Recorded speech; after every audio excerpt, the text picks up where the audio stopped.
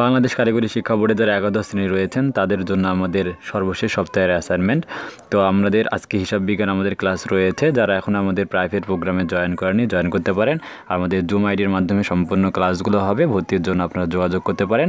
তো এখানে আমি নাম্বারগুলো দেখিয়ে দিচ্ছি। এখানে হারুন স্যারের number, education update BD, Raju academy BD এবং MBD 24। আপনি যাকে পছন্দ হয় তার কাছে ফোন করে আপনার ভর্তিটা কনফার্ম করে নেবেন।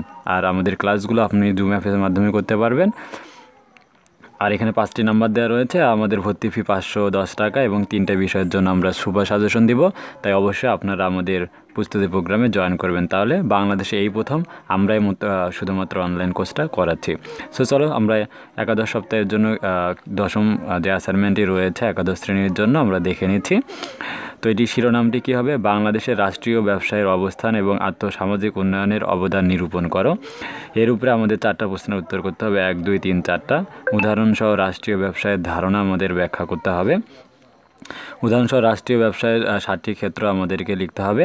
অর্থসামাজিক উন্নয়নের ধারণাগুলো আমাদের ব্যাখ্যা করতে হবে।